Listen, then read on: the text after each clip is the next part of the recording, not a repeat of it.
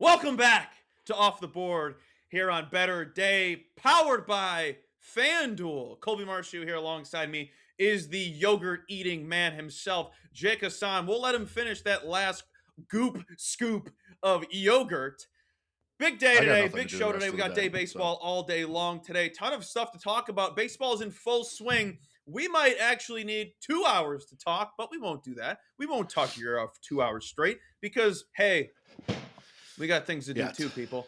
But we love doing this Mhm. every single Manifest. week, Wednesdays and Fridays for you guys. I Well, I would love to I do this 7 days a anywho, week. we got asked. I got asked on Friday, how come we don't do Mondays? And I'm like, schedule. Like this doesn't pay the bills yet. Yet. You always got to use the word yet. Yet. Hey man, But yeah. I if also it would did, like I to do would do this seven this days a 7 days week. a week. But can't win them all. So you know what? We take what we got, and Used to do happy it to and then be couldn't here. take PTO. And Here I am now. I got a haircut like a week, Um 2 weeks ago. I've had a haircut. Jake, how you doing? Happy Wednesday. I think it looks roughly the same. I don't know. I just got a haircut. Is everyone crapping out? I've had a haircut too. Amanda's saying my hair looks long. It's probably because of the product. So I found out, we'll talk hair for a bit. We'll talk hair. We'll talk hair. I can't use clay. Clay doesn't work with my hair because as soon as it gets a little sweaty, as soon as it gets a little wet, it just unleashes. If I use pomade, what's going on, Chewy? If I use pomade, I could ruin it, and put it back. And it works. And that's doing your hair with Colby Marcio. Did we lose Jake? Did we lose Jake? He just said he got booted. All right. Well, we got a lot to talk about. I'll see if Jake can come back. But I'll talk about my trip to Bass Pro Shop yesterday. It's going to suck that Jake's not here while I talk about this because it's just funny stuff. So I went to Bass Pro on my day off yesterday. I like going to Bass Pro Shop. It's fun. As I know you guys probably think just because I lived downtown for almost 10 years. Sorry about that. That I don't do outdoorsy things outside of walk around the city. No, I grew up fishing, love fishing, and I don't have any fishing equipment. So any extra cash I'm getting in the meantime is going towards the fishing fund. Like the anything from Substack is definitely going to be going towards a fishing pole or a rod. I have literally nothing. I've never had to start from scratch from fishing before. I mean, I haven't had to buy a rod or reel in 15 years. I was asking my uncle, who's a former professional fisherman, what's a good cheap rod for under a reel for $100? And he gave me an idea. But going in to the Bass Pro Shop on a Tuesday afternoon around 12:30, 1:30 Central Standard is like going into Fort Knox. Maybe it's just me because I had no plan going in other than checking prices because I had nothing really else to do besides go to the gym. And that's boring on your day off. But if you've never been to a Bass Pro Shop, it's basically like going to Bath and Body where they have so many workers and they don't need that many workers, but it's all retirees. So I feel like they're overly watching me, and I felt like they thought I was stealing because I told them anytime they asked me if I need help that I was just goofing off. So I really got anxious sitting there and just looking at stuff. I felt like they thought I was stealing, and I had to leave. So I've done half my research online, and I just want to bring. I have a little problem. I just want this little guy back in my life. I just want him back in my life, and that is me in Siesta Key, Florida. Black drum. Caught that on a freshwater ugly stick rod. Am I back? Shout out to Ugly Am I Stick. back? No No. sponsor. Awesome. But shout Great. out to Ugly Stick. As we bring back Jake Hassan. Jake, you missed half the fun. Welcome back. And you're muted. Oh, classic. Classic stuff. Classic stuff. I'll just keep talking about Bass Pro Shop. So, anywho, I've been over fixating on getting back on my fishing game. As Jake would say, I'm fish maxing, fishing maxing, angler maxing, angler maxing, rod and reel maxing. Anywho, I can't wait to get back into it. Since my days off are in the middle of the week now, I will have all the freedom without having to be like, hey, is it okay if I go fishing this weekend? No, because it's during my lady's work time. So I'll let you guys know when that happens. But we got a lot of baseball to discuss. Jake's still having technical difficulties. But numero uno that Jake and I had written down is that our future on Will Venable to win AL Manager of the Year looks fantabulous. Fantabulous. Believe I saw him on FanDuel this morning at 12 or 15 to 1. If you were wondering what we originally got him at preseason, he was dead last at plus 5,000.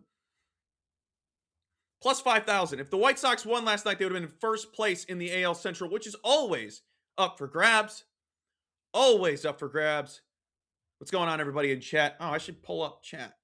All the people listening to the audio version of this, we do go live, attempt to go live on Wednesdays and Thursdays, or Wednesdays and Fridays, excuse me, at 12:30 Eastern.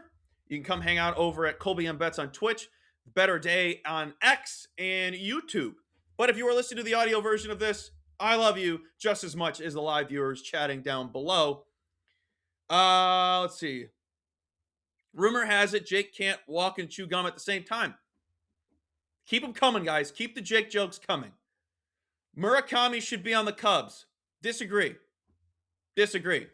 I don't know what that even means, Tukey.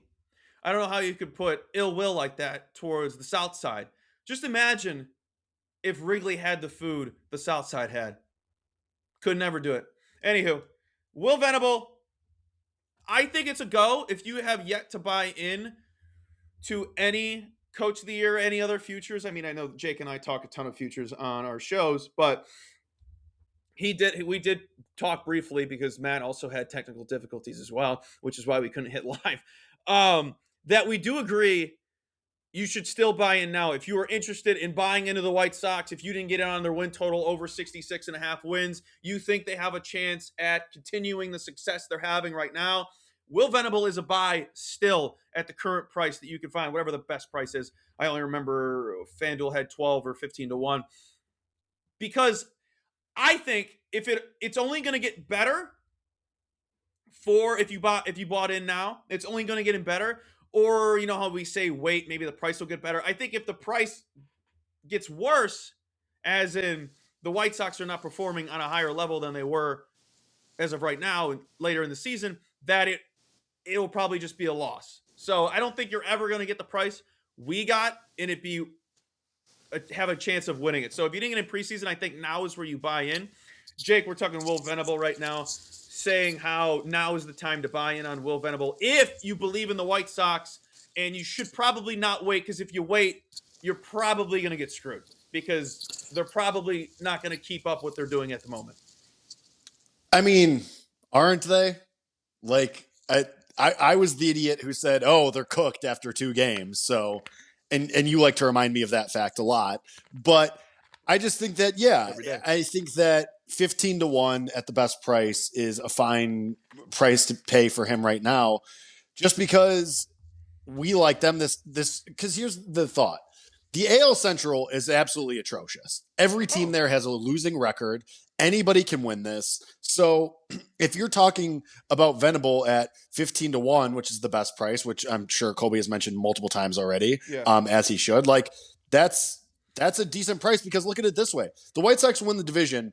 They just win, like Venable just wins Manager of the Year. So that's basically what you're betting on. And there are certain books, though, that have this flipped. Like there are books that have Venable at 10 to 1, but the White Sox at 14 to 1 to win the division.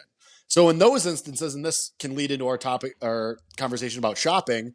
In that instance, you might at that certain book, you might as well just bet the White Sox to win the division because those two things are correlated. Now, if the White Sox just make a wild card and they just make it into the postseason, he probably wins, and that's kind of where your risk comes in. But Yeah. I still think that There's always better value with some variable mixed in. There's always a better option in baseball. There's always a better bet to be made future wise. I mean, I do it all the time with national championship with college football. With that, like if I liked Indiana to go into the national championship and win it, they were like plus 100.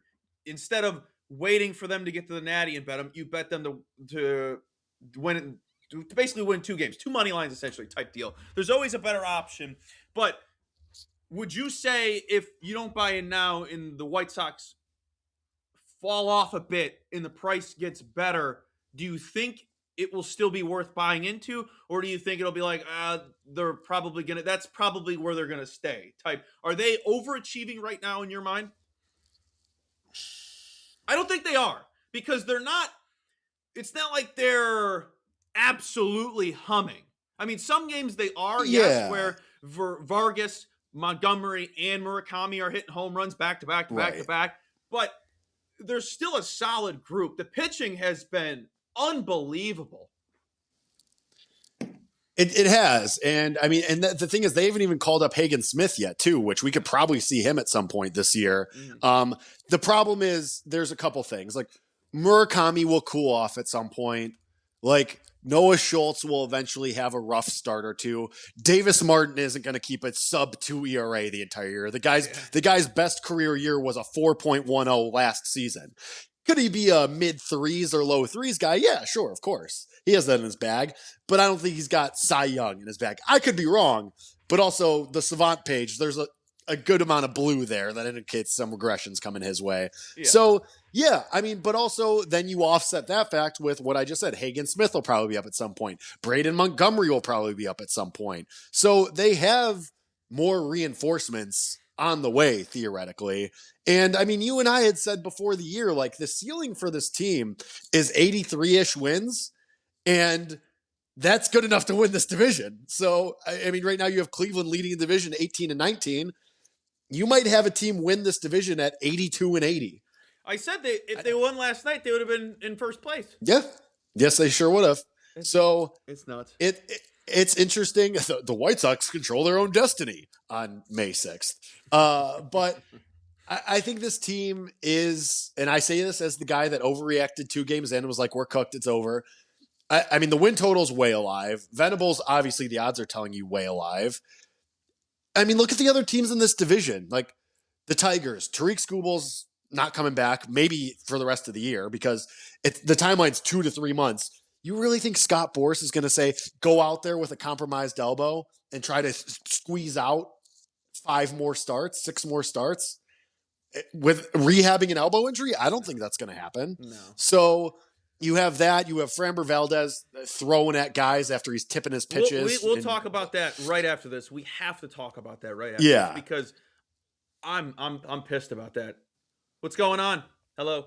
So, and then you look at Cleveland. Okay, Cleveland's Cleveland. Yeah, they'll probably, grind out 82 wins. But yeah, and then the White Sox are in that conversation, though. If you're talking about 82, 83 wins, Gavin Williams gets shelled last night. Tanner Bybee, we know who he is. Parker Messick is great, but same thing. Sophomore, regression is coming at some point.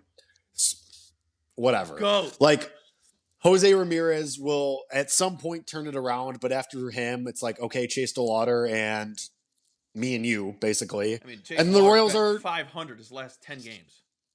And then the Royals, but that's what I mean. Like, it's all a bunch of mid. Like, it's all so much mid. So here's a good question. Are the White Sox what they are in front of us? Or that's not a good question. I'm not wording it well. I'm trying to say, are the Royals of what they are right now, is that really them versus the White Sox right now? Is that really them? Who's the fraud? Or who's the more better team? Who's going to turn it around? Who's the more better team? I can't find the words right now, but you know what I'm trying to say. Are the White I think Sox this here. good, and are the Let me Royals frame it this that way. bad? Well, the Royals are 5 straight winners. The Royals are playing good baseball right now. I mean, that's how they've climbed back into this division wildcard. Like, they're winners of 5 straight. I was always a Royals believer, and I think you were too. Like, we thought I this have their lineup. win total over. I feel like a Yeah. buffoon. So let me put it this way. I think if you could tell me that Hagen Smith and Brandon Montgomery were going to be up before or around the All-Star break, I would say the White Sox have the higher ceiling, but the Royals I feel more confident in hitting their ceiling. Does that make sense? Yeah. Just because the Royals have the super duper star, like the White Sox still lack a super, like Murakami's a star, but he's not Bobby Witt Jr. Like, and if Jack Caglione, what we've seen over the last week or so, if he's finally starting to figure it out, if it's time for him, great. Like, I love Cole Reagans. It's about damn time, Jack. Yeah. Like, it maybe just took a little time. Carter Jensen, he's going through that rookie roller coaster that we talk about. So he was red hot and now he's ice cold. He'll find his way, like water will even out there. Yeah. So I think I have more confidence in the Royals hitting their ceiling, but I think the White Sox, once everybody gets called up, have the higher ceiling. Yeah. It was worth talking about, but I agree. And wait, do we have a timeline on Kyle Teal too? Because once he comes back, forgot about him. Italy's finest. I forgot about him. Yeah, if they get him back, their offense is so fun. I'm so happy for Vargas. Those photos of him after he got traded from the Dodgers to the White Sox, and he's like sad in the dugout, and now he's all chipper because the team's fun. But do we get on what happened last night? Let's do it. We got to get over it. Wait, real quick. As of a week ago, Kyle Teal said to reporters that it's only a matter of time before he's on a rehab assignment. Yeah. That was a week ago. Yeah. About a week ago. So for the White Sox, just to close the loop on this, and then we can move on to what happened last night with Framber Valdez and the Tigers. Idiot. Like, you have Hagen Smith, who was the 5th overall pick out of Arkansas, one of the best college pitchers we've seen recently. Brandon Montgomery, who I think is a top 5 pick if he didn't shatter his ankle in the College World Series. And then you have Kyle Teal, who was awesome in the World Baseball Classic and in a small stint last year. Those are 3 really, really good players coming your way in the next month or so. 2 months, maybe before the All-Star break, if the White Sox want to be aggressive. Another second half blossom? It's possible. It would be great. Possible. All right, let's talk about it. Framber Valdez. Oof. How do I want to start this? Man up. Get good. Get good. These are legal things. This has been a part of baseball for 200 years. Tipping pitches and getting an edge legally, folks, legally, not banging on trash cans, not doing that. Framber Valdez, you're a big, fat ass baby. That is what you are. Throwing a fit out on the field because your pitches are being caught. I don't know. Be better. Have better ball security. Have better ball knowledge. The team you are throwing against has better ball knowledge than you. They're stealing on your ass, and you're getting, speed. I was so anti him yesterday after all that nonsense. He is the most emotional baseball player over the last 365 days. MIO. Last year, threw at his catcher, didn't like the call. Now he's throwing at guys because he's getting his pitches caught. That was so crazy. What? We let that go. We let that go way too fast. It's in the back pocket of my brain. Frontal lobe complete, because I'm almost 30. Frontal lobe complete. Also, Jess mentioned yesterday at Cinco de Mayo, the dinner we went to, she mentioned how we're turning 30 this year. I said, you mean 20? I pulled out that stupid mom saying, and I was kind of mad at myself. Anywho, back to Framber being an absolute baby doll. I'll let Jake talk. I'm pissed. I did see somebody tweet, at least he's throwing at other players and not his own teammates this time, which is very funny. Yeah, I mean, I feel like we are good. I feel like we're good for this at least once a year, where somebody just gets so mad that they're tipping pitches, and so they retaliate against the other team for whatever reason. Get good, but like you said, Colby, it's I just would have get been good, find a way. I would have been fine with the Tigers staying in the dugout in the Red Sox cleared pitches. Because The Tigers just seriously, like, nah, man. like a little like a life lesson, like when somebody's getting lazy in sprints and then they have that guy sit while everyone else sprints. Like it's a learning lesson. You're throwing a Yeah. fit and it's you. It's you. Why are you getting mad at other people when it's you? Stop gaslighting the other team. It's you. Sounds like a breakup, but it's not. This is us talking to Valdez here on Off the Board. Yeah, I mean it's him. It's been him for, like you said, the last 365 days. He's been the problem, and this is the second time in the last month he's gotten shelled now. And I mean, I stupidly said maybe he could be a contender for Cy Young, but I mean now That's that's out not the a window. bad call. No, and I mean like if But he's you dominant the forgot rest of he's the way, we forget about emotional, this. and I will hold Right. that over your head for probably the next 2 hours. But that's it.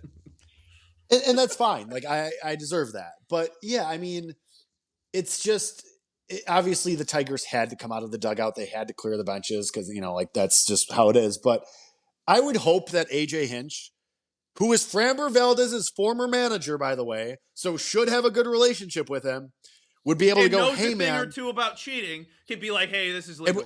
Hey, this is legal. and we go, hey man, what the I hell are would you know. doing? Hey, I would Yeah. know. This is legal. Hey, Know. remember 2017? Hey, what the hell are you doing? So Also, yeah, I also want to just say this, since the low hanging fruit, the rotting fruit that laid in front of us the entire time of us talking Framber Valdez and getting mad about cheating. I just want to say a quick thing to the baseball fans out there of America. Shut up.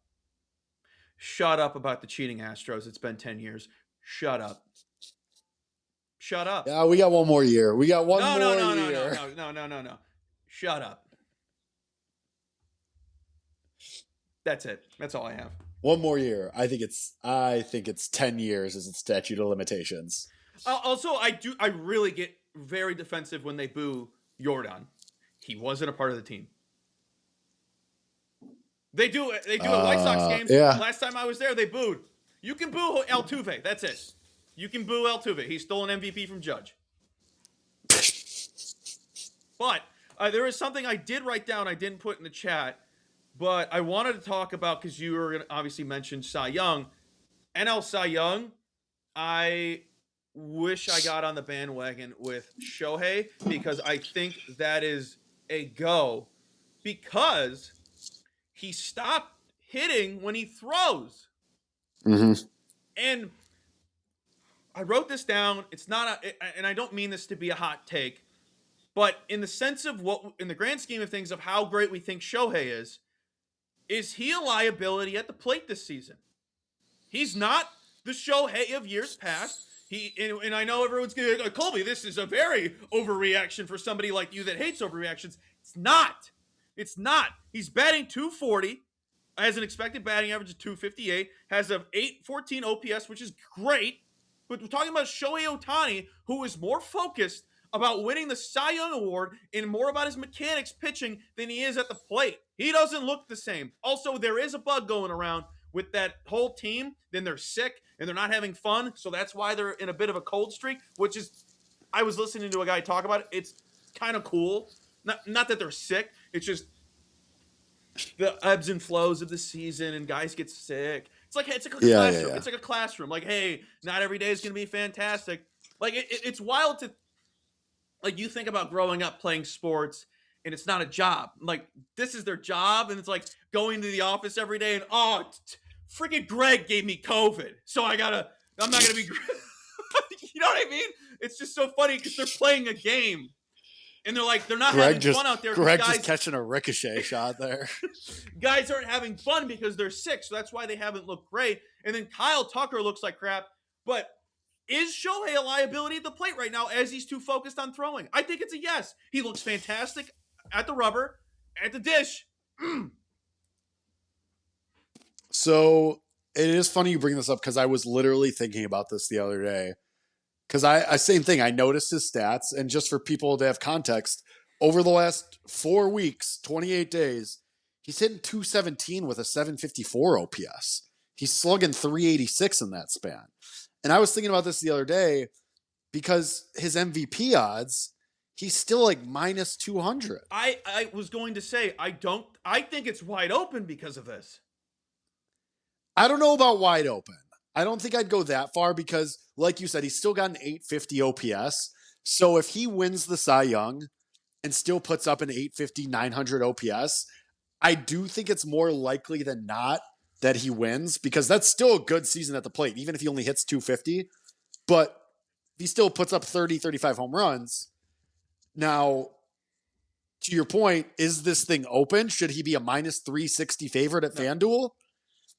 I don't think so. So should we be betting Ellie De La Cruz at 25-1?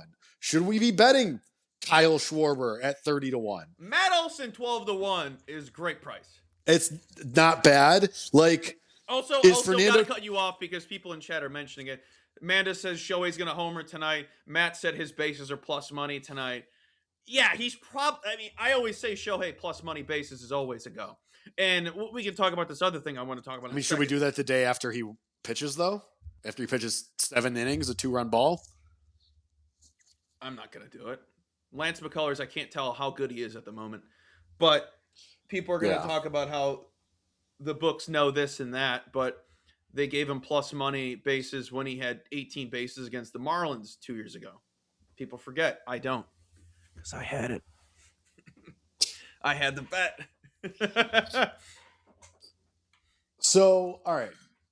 So back to the MVP of it all, because I don't disagree. If his bases are plus money, you should probably just do it. But I think he's a liability at the top of the lineup. I mean, I've always hated him batting first. I said this with Mark Malusis on VSiN over the weekend.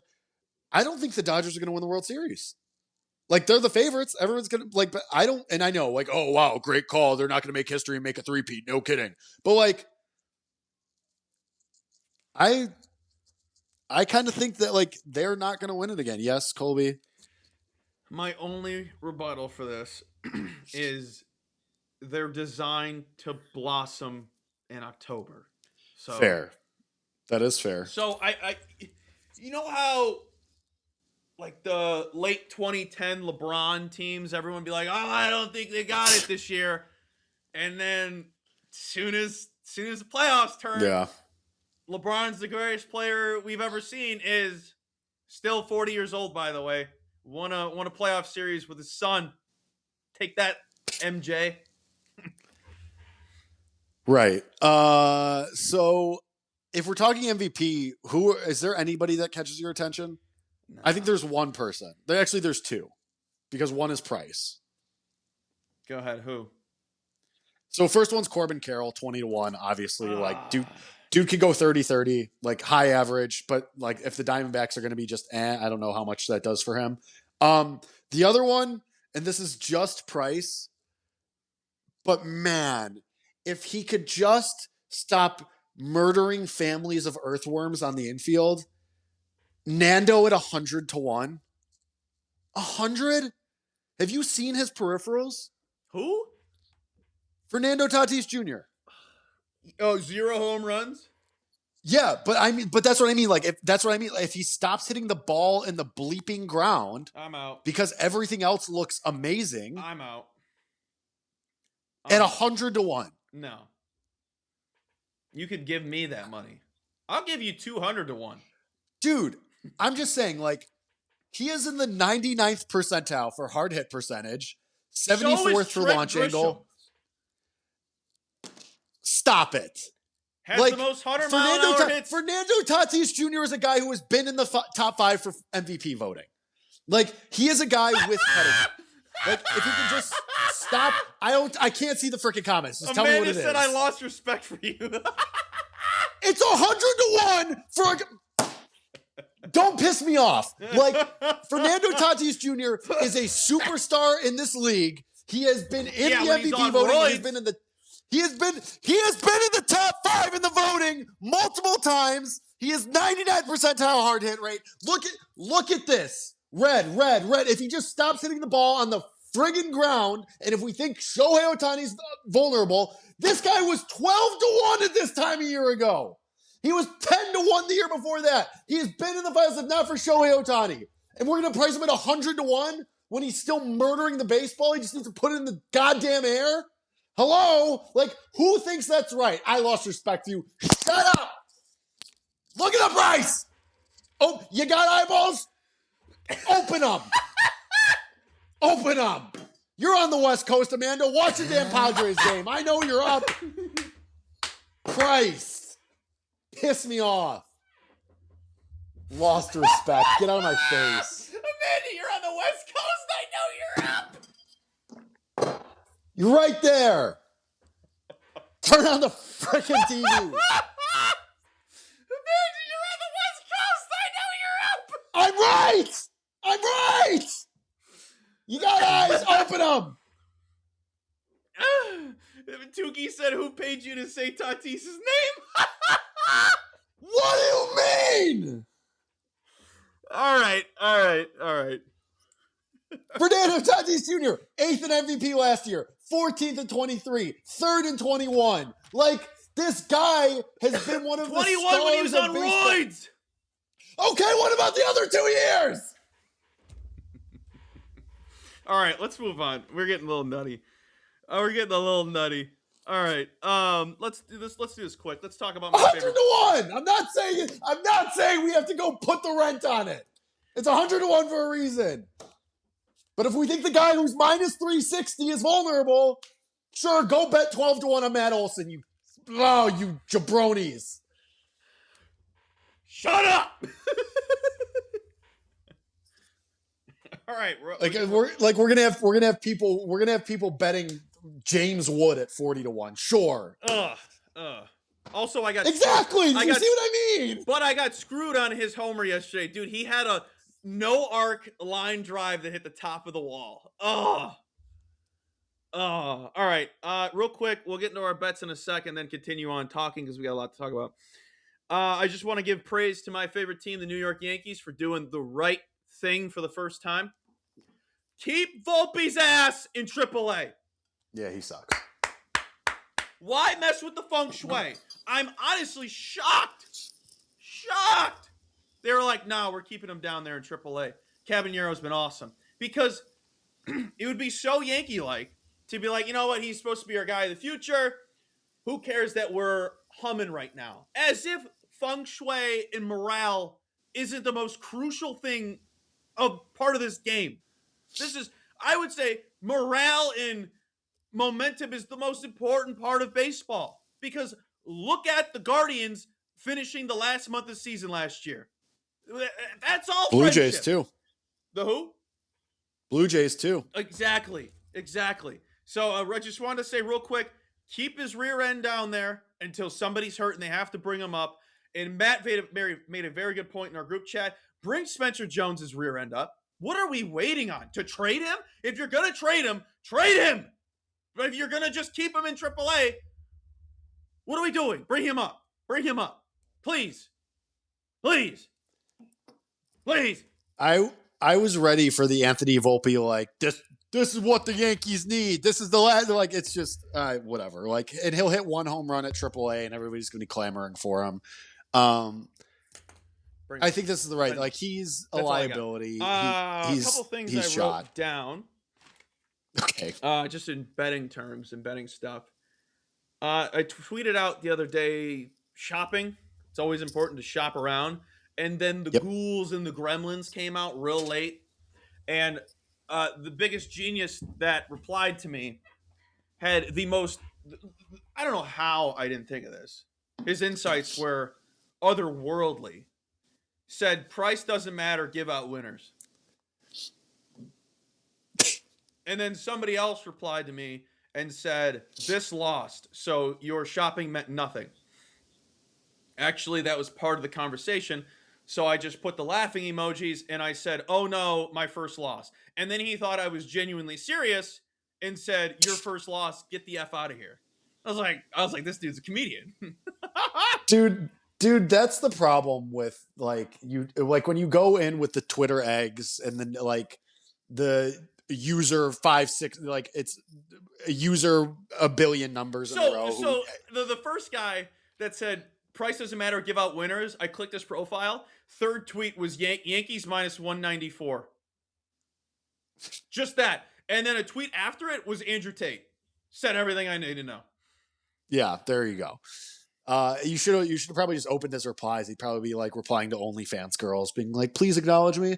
So that's a really good thing you mentioned that because the guy that couldn't pick up on my sarcasm that it was he thought it was I legitimately was serious that it was my first loss ever.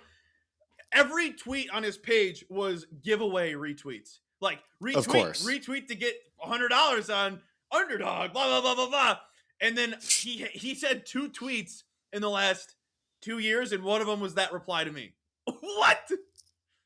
right? It's dumb. It's just like that's what like, and I've said this to you before. Like I just like that stuff goes over my head at this I think point. it's Like funny. I think it's funny. yeah, I mean, in that instance, when this guy thinks you're being serious about like, oh, you've never lost before, like, okay, like, brother, seriously, I told somebody this. use your brain. I told somebody this that day. I'm just trying to normalize losing. None of us are winning at 100% clip. Nobody's winning at 90% Yeah. clip. Nobody's winning at 80. No one's winning at 70. Nobody's winning at a 65% clip or 60%. And if they are, they're not telling you their bets. It's real simple. Also, should we give out our Rays props since that game is starting and the Rays are about to come up to the plate? Yeah. We can get back to the betting etiquette stuff in a second because I think it's important. I think it's fun to talk about it too because those are small brain instances of Okay, the bets. The game has started already. Yandy The Diaz bets. bases and his home run has been locked in. Taking on Patrick Corbin, hits all of his pitches. Patrick Corbin enters today with a poor average hitter matchup. Woba K percentage against lefties this season has a 310 batting average, 552 slugging, 927 OPS, 163 OPS, 63% hard contact. Last 30 right-handed hitters faced for Patrick Corbin, 635 ERA, 532 expected ERA, 502 FIP, 17.4% barrel percentage, 26.1% ground ball rate, 43.5% line drive rate. Those hitters have a 393 X batting average, 582 X slugging, 371 X WOBA. Similarly, not similar, but oh, same he's team. playing right now. Oh, yeah, dude, the game just you can get it in live. I mean, Yeah. people can put these in live. I mean, the Rays are up to bat right now. So it's fun. Yeah, I didn't. That's my bad. I meant to do that like 10 minutes ago. But anyway, I'm on Junior Caminero. Colby didn't like him today because Corbin throws a lot of sinkers and sliders. Okay. But Caminero's got a 920 OPS over the last 2 weeks. He's never seen Corbin before. He's got the platoon split, lefty versus righty. You hang him, I bang him. It's Patrick Corbin. He's going to hang one up there. And actually, Junior Caminero has 3 home runs against sinkers and sliders so far this year. So I wrote out J.J. Weatherholt. I'm an idiot.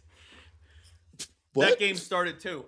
I'm getting. I had nothing for Brewers. I had nothing for Brewers Cardinals. I'm on Caminero, home run and bases. I really like him today against Corbin because it's Patrick Corbin and Caminero's a superstar and he has an elite rating today.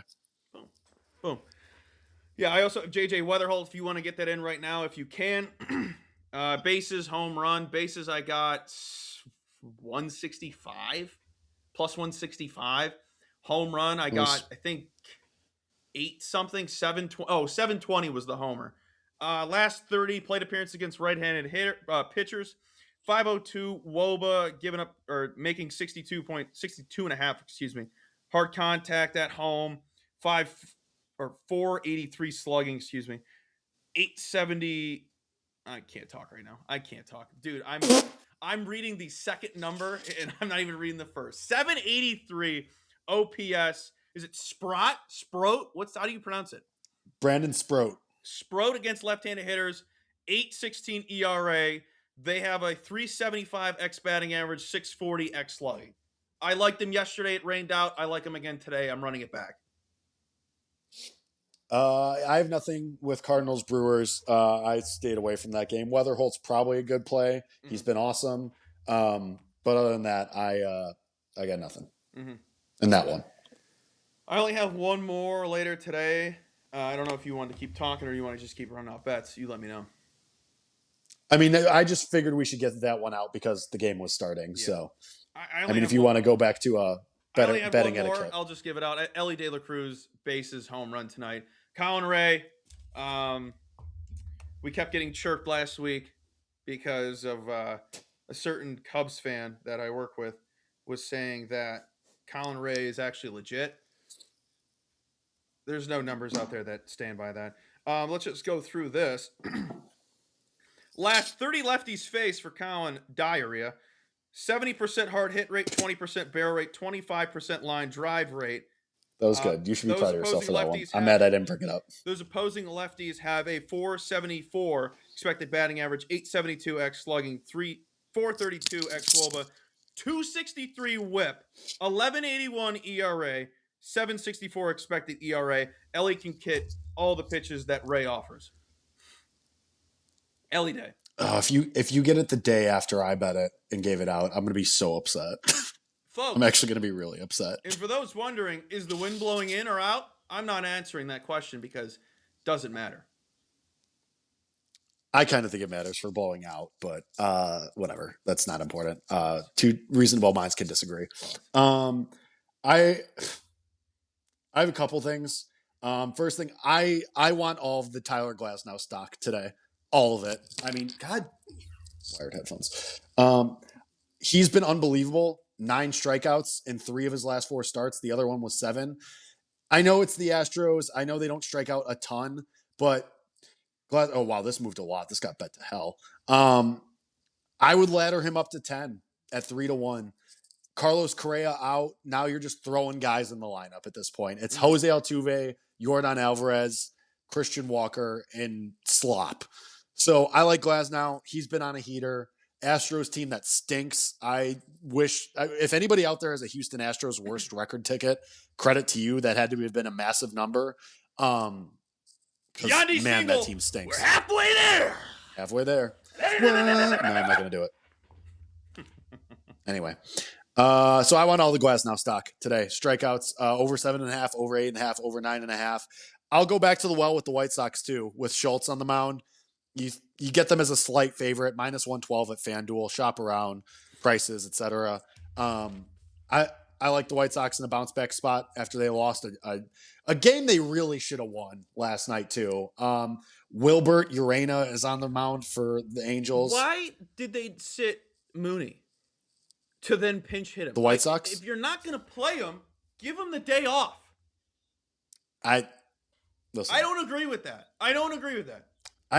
Yeah, I mean, I'm with you. That's malpractice at that point.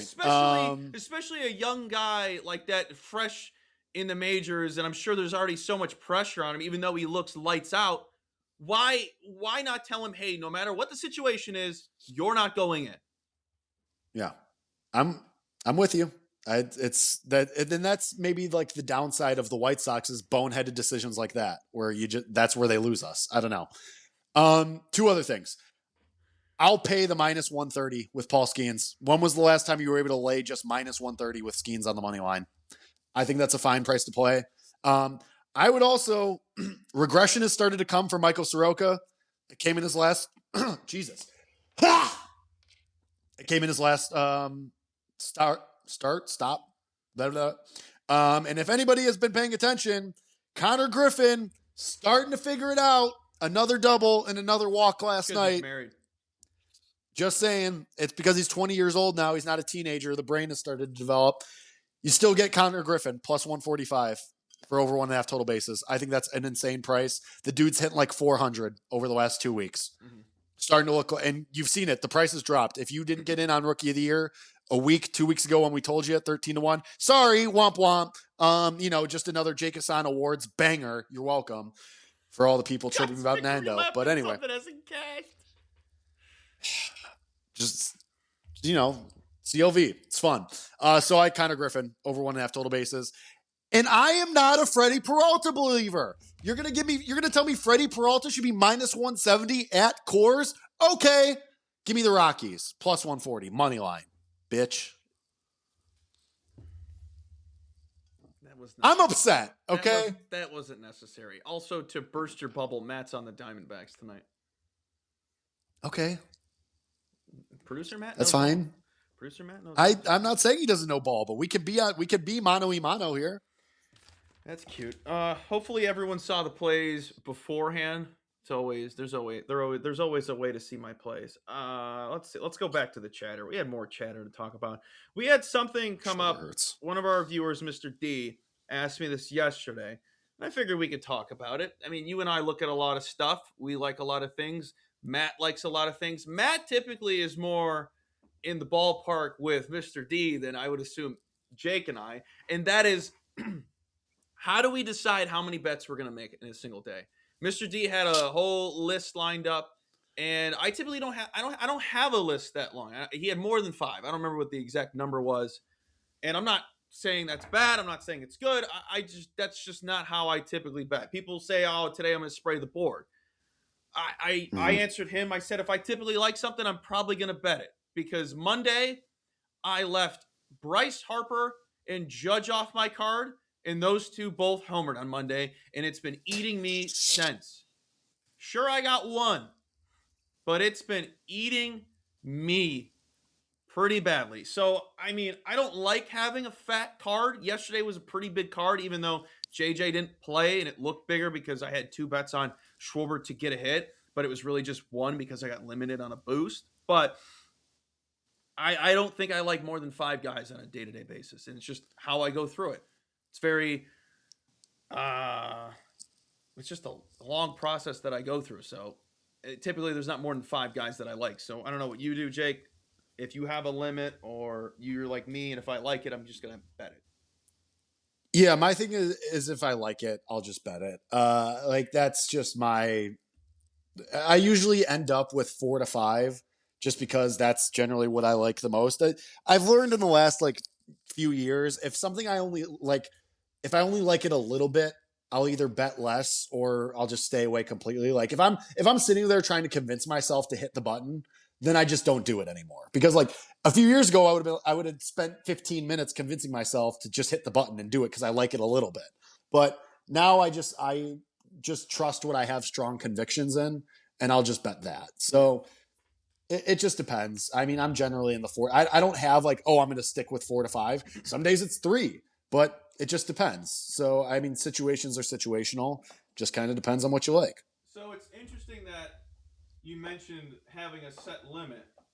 If nobody's ever read this book, it's Good Teams Win, Great Teams Cover. It's actually a very good book to read. If you don't have I to don't know be how to read.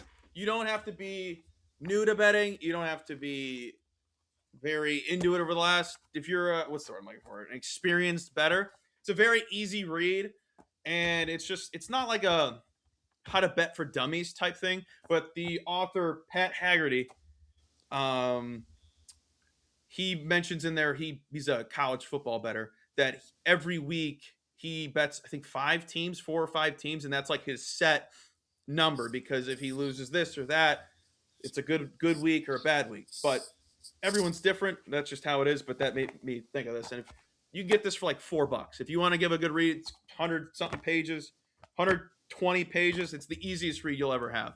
Mr. D is in chat. Let's go. And that was a book Okay. plug. And that was a book plug. We talk about books all the time here on this show on Off the Board. Do we? I don't recall. Presented by Better One Day, thing. powered by FanDuel. Actually, there is one more thing I wanted to add. Because I do have one more bet for today. Jackson Merrill at 7-1 to home run against Adrian Hauser. Merrill has been red hot over the last. I mean, granted, it's recent, but he started to look really, really good. He had a homer the other day. He had a double yesterday. He has good history against Adrian Hauser. He's elite rated on batters-box today. I think the worm is starting to turn with Jackson Merrill, and at 7-1 when his 1.5 bases is a minus price. I typically Doesn't seem like Jackson. There's a lot of people you don't like, but I like him. Devers is numero uno. Monty will be texting me, "Hey, I'm taking Devers HRR today." I'm like, "Have fun," and he keeps cashing. It's pissing me off. He keeps cashing. Well, not that he's winning, because if I joined him, Rafi Devers would look like Bartolo Colon out there because he is sure. Jackson Merrill in his last 4 games. I know, small sample, but he's starting to look like Jackson Merrill. 2 for 4, 1 for 4, 2 for 4 with a homer, 3 for 5 with double last night. I think it's starting to come around for Jackson Merrill. Adrian Hauser sucks. So I'll trust the elite rating. I'll trust the terrible pitcher. I'll trust Jackson Merrill in a good matchup against a pitcher he has success against. At 7-1, I'll take a little sprinkle on the home run at a long shot. I got you. Now, the last thing I wrote, hopefully Steven's listening, and I just wanted to talk about actual bet etiquette. So last Friday, you and I were both on Corbin Carroll heavy because of Colin Ray. Mm-hmm. And the price. And the price. And Mr. Steven, who I'm hoping is listening because he keeps tagging me in all Colin Ray stuff, thought we were wrong on our whole handicap on it, even though we rattled off like 9 statistics on Colin Ray's soon progression, or regression, excuse me. He's not progressing, he's overachieving at the moment.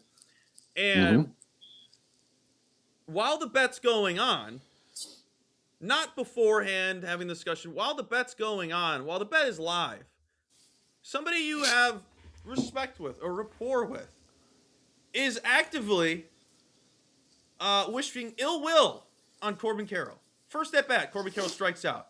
I get a text, sit down, Corbin.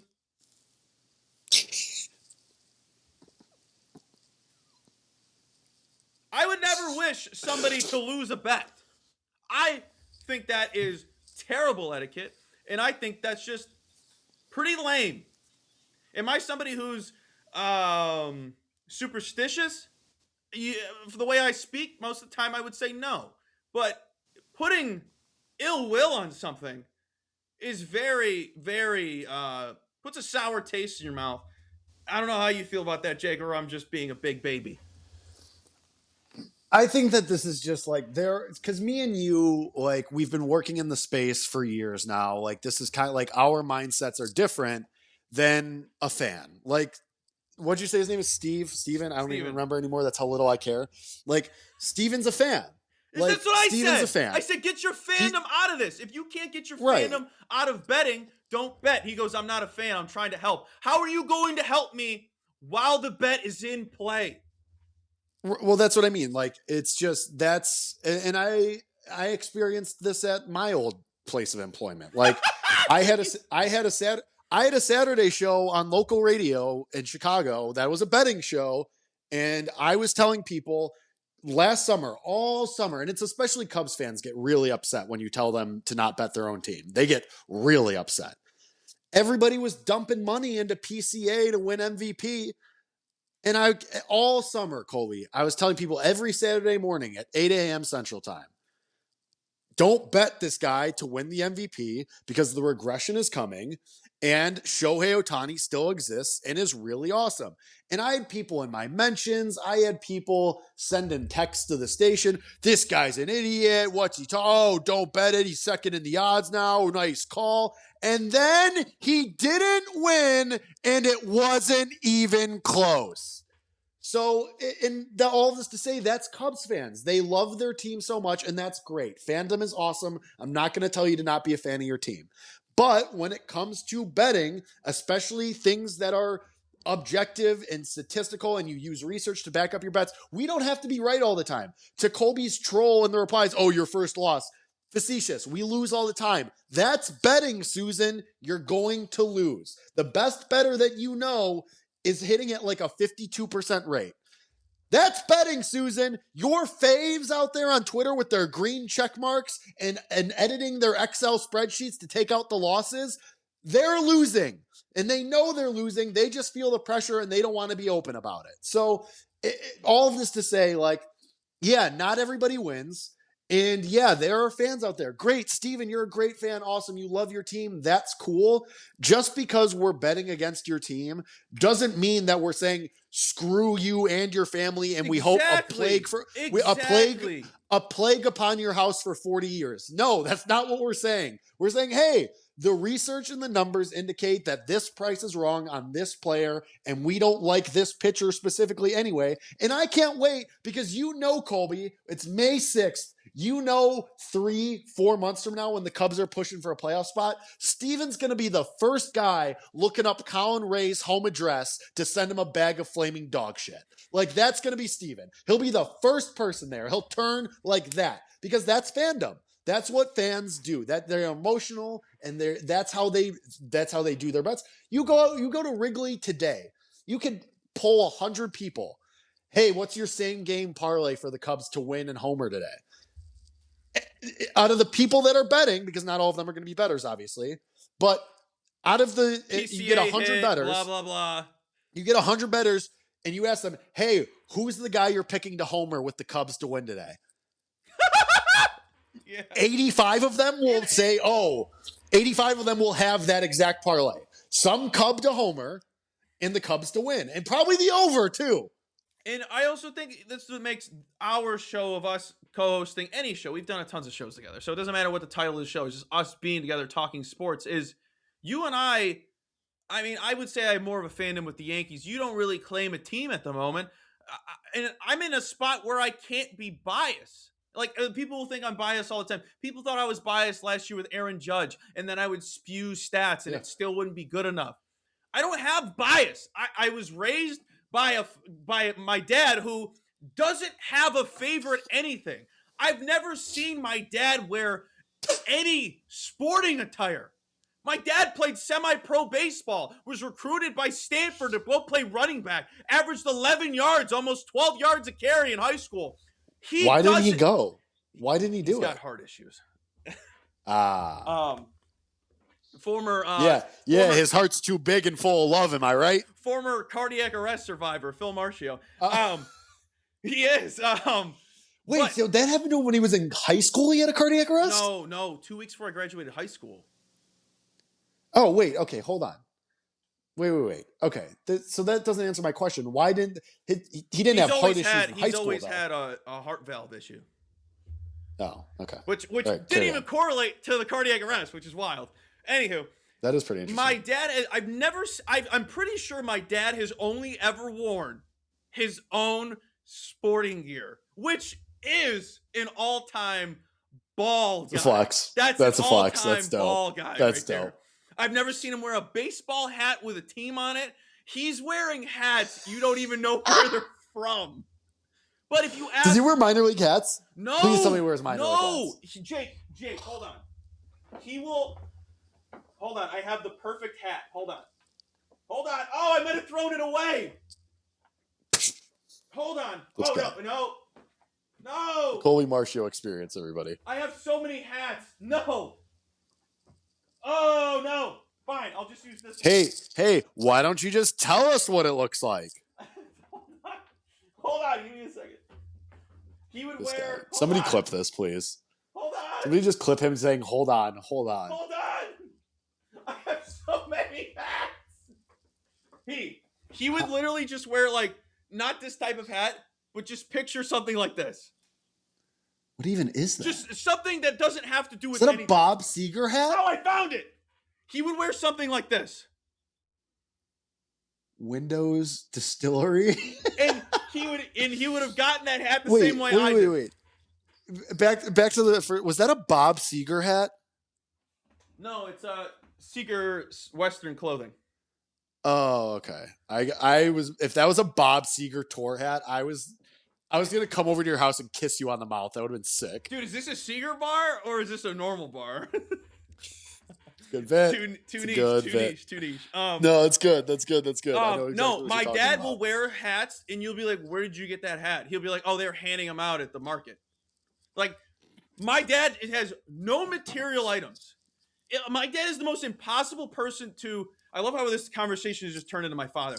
My dad is the most impossible. Hey, we gave the person bets to already. shop Who cares? for. I have no bias baked into my soul because of him.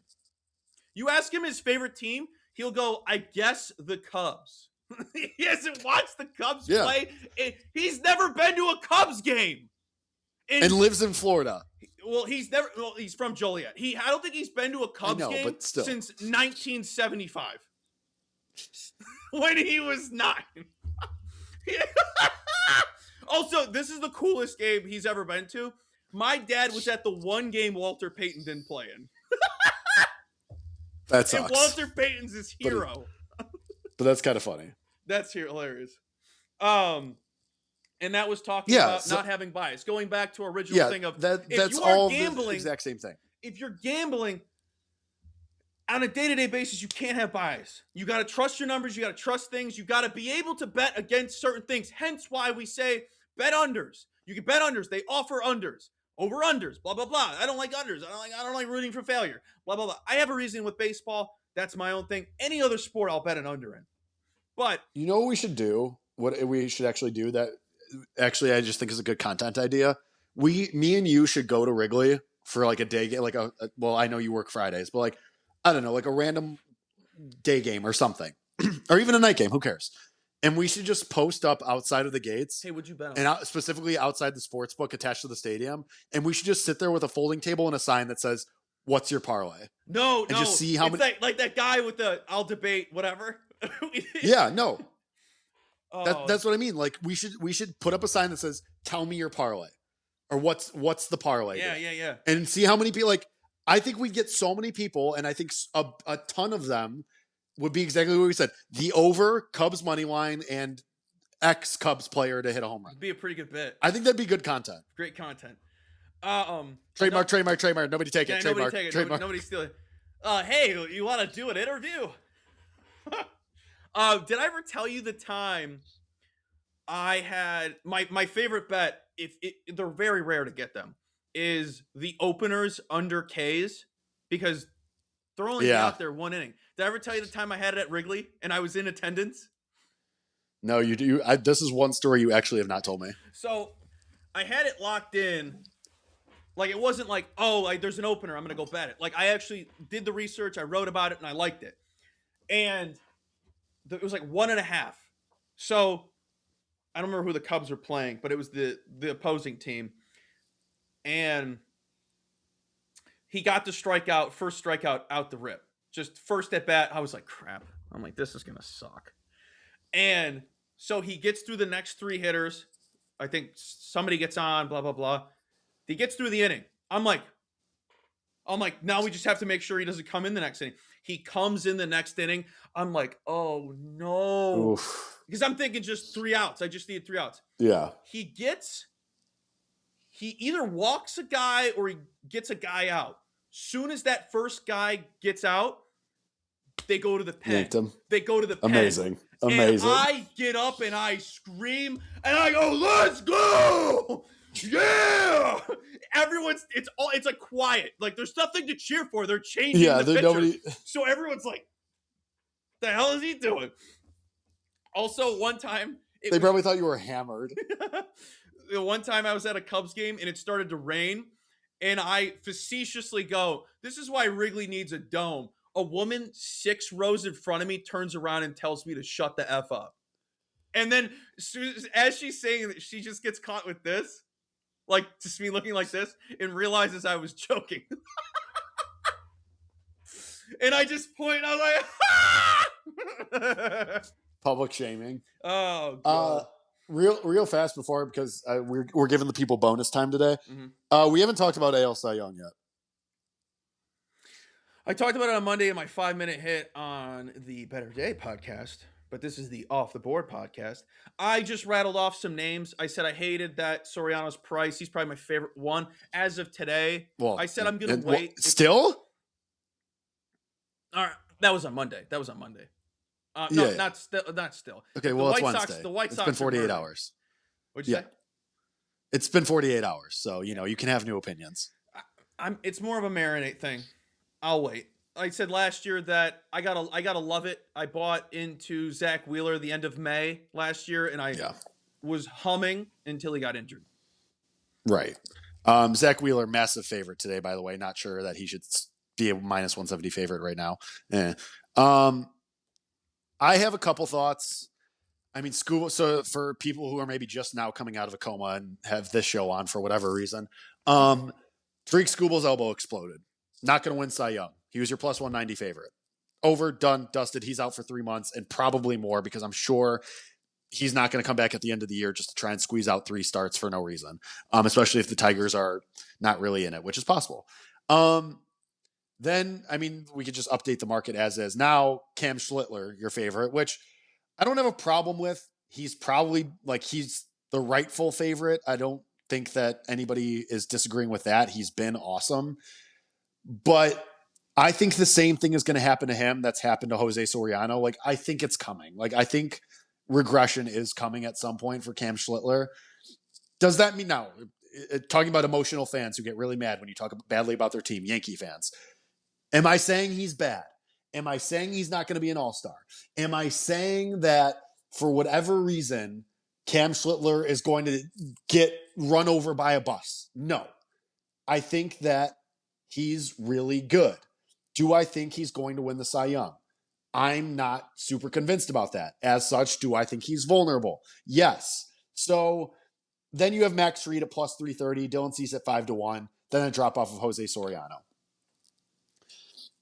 Honestly, like, if you have nothing in this market, it's probably Fried, because Jose Soriano's gotten rocked in 2 straight starts. Jacob deGrom got knocked around by the Yankees yesterday, and health is always an issue with him. Gavin Williams got shelled yesterday by the Royals. George Kirby was fine last night against the Braves. He's a little interesting. Gausman had a good start, but the strikeouts have just disappeared for him. So at 30-1, I know I talked about him at 40 and 45 like a week ago. I mean, can do it. It's just you got to see the strikeouts tick back up. Drew Rasmussen just isn't going to get the innings, I don't think. Parker Messick, never. Regression's coming for him. Emerson Hancock, never, because we're not sure he's going to stick in the lineup. Brian Wu is still interesting to me. He pitches tonight against the Braves. He's really interesting to me because FanDuel has him at 45-1. Other books have him at 15. A $30 difference. But I that don't doesn't think matter. that's correct. It doesn't matter. Right, of course, yeah. But for the guys in Colby's mentions, $10 to win winners, bro. 450 or 150. Yeah, that doesn't matter. Pick winners. I'm trying. Logan Gilbert, never in life. Taj Bradley, never in life. Ranger Suarez, I don't think so. Interesting, but probably not. Cole Reagans, I don't know what happened to that guy. No, probably. But I'm going to go back to what I said on Monday in my Substack. Hassan'sHex.substack.com, by the way. Hunter Brown at 200-1. It was 250 48 hours ago, and it's getting bet. He's on a throwing program. Should be back in a couple of weeks. End of the month at the latest, it sounds like. Guy had 2 starts to start the year, allowed 1 run in those 2 starts, 17 strikeouts in those 2 starts. He can still win. If this is going to be open and it's just going to be Cam Schlittler and Max Fried and everybody else is going to pee down their leg, for a guy who finished 3rd last year, was a finalist, I think Hunter Brown at 200, 250-1 is worth a speculative ad. Put $10 on it. Put $5 on it. To possibly win $2,000 or $1,000, I think that's worth it. He's really, really good. He was awesome to start the year. Had a little bit of a shoulder strain. That's scary. I get it. But at 200-1, I think it's worth a speculative ad because I don't want DeGrom at 15. Mm-hmm. I don't want Soriano at 10. So let's go further down the board and let's take a little bit of a shot for a market that is wide the F open. Wide open. I think Hunter Brown is worth a speculative ad at 200-1. That would be my bet. And maybe a little bit of Brian Wu at 45. Jim Lucas comments, do you like to play division winner parlays? Jake's not anti-parlay. I'm extremely anti-parlay. Unless it's like a hit parlay. I don't parlay anything. I think it's a waste of money. MIO, everyone can do whatever they please, but Jake likes to parlay some guy to win the Masters with some guy to record a hit this afternoon and then wait an entire 365. No, I'm kidding. He would do somebody to win comeback player of the year in the NFL. Exactly. So for those who don't know, hold on. Brian wants our bets. So, Brian, real quick, I'm on Yandy bases home run, Ellie De La Cruz bases home run later, and JJ Weatherholt bases home run.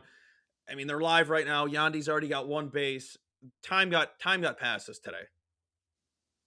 It did, which is fine. It happens. That happens. I mean, if you want to jump in live, I like Junior Caminero over 1.5 total bases. I like him for a home run.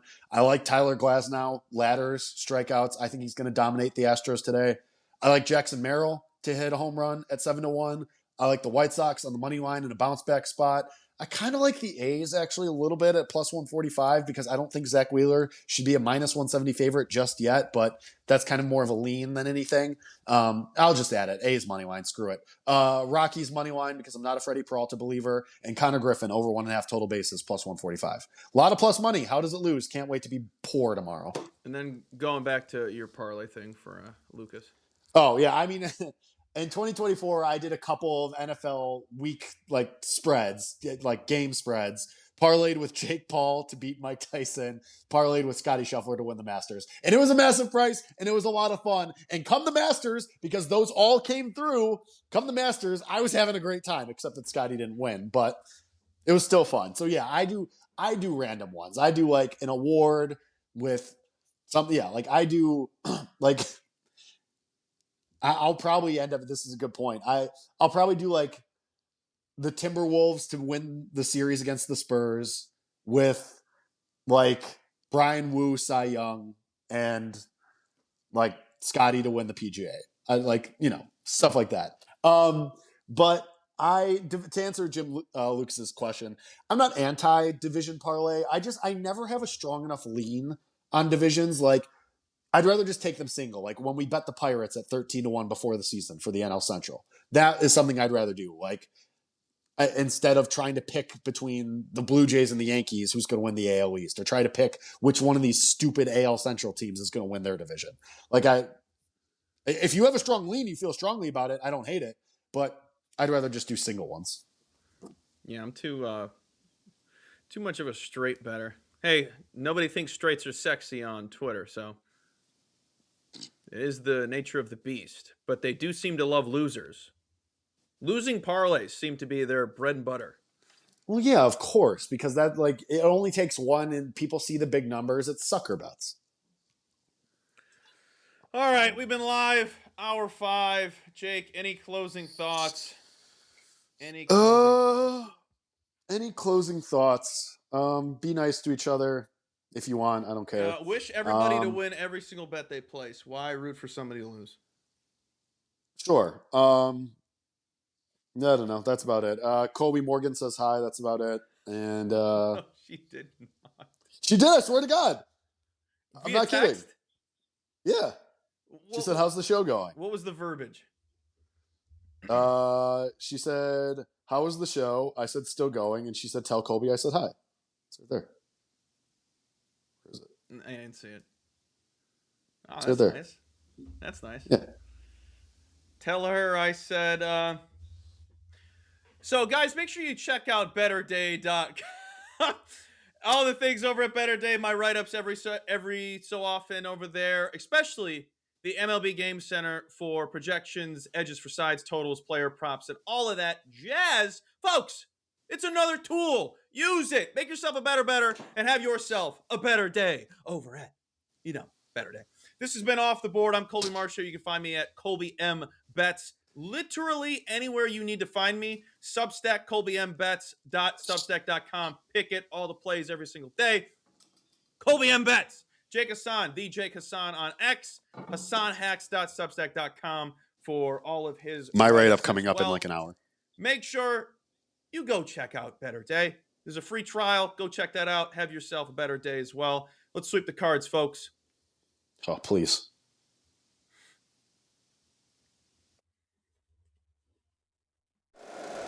If you like the show, please take a moment to rate, review, and subscribe. It really does help the show to grow.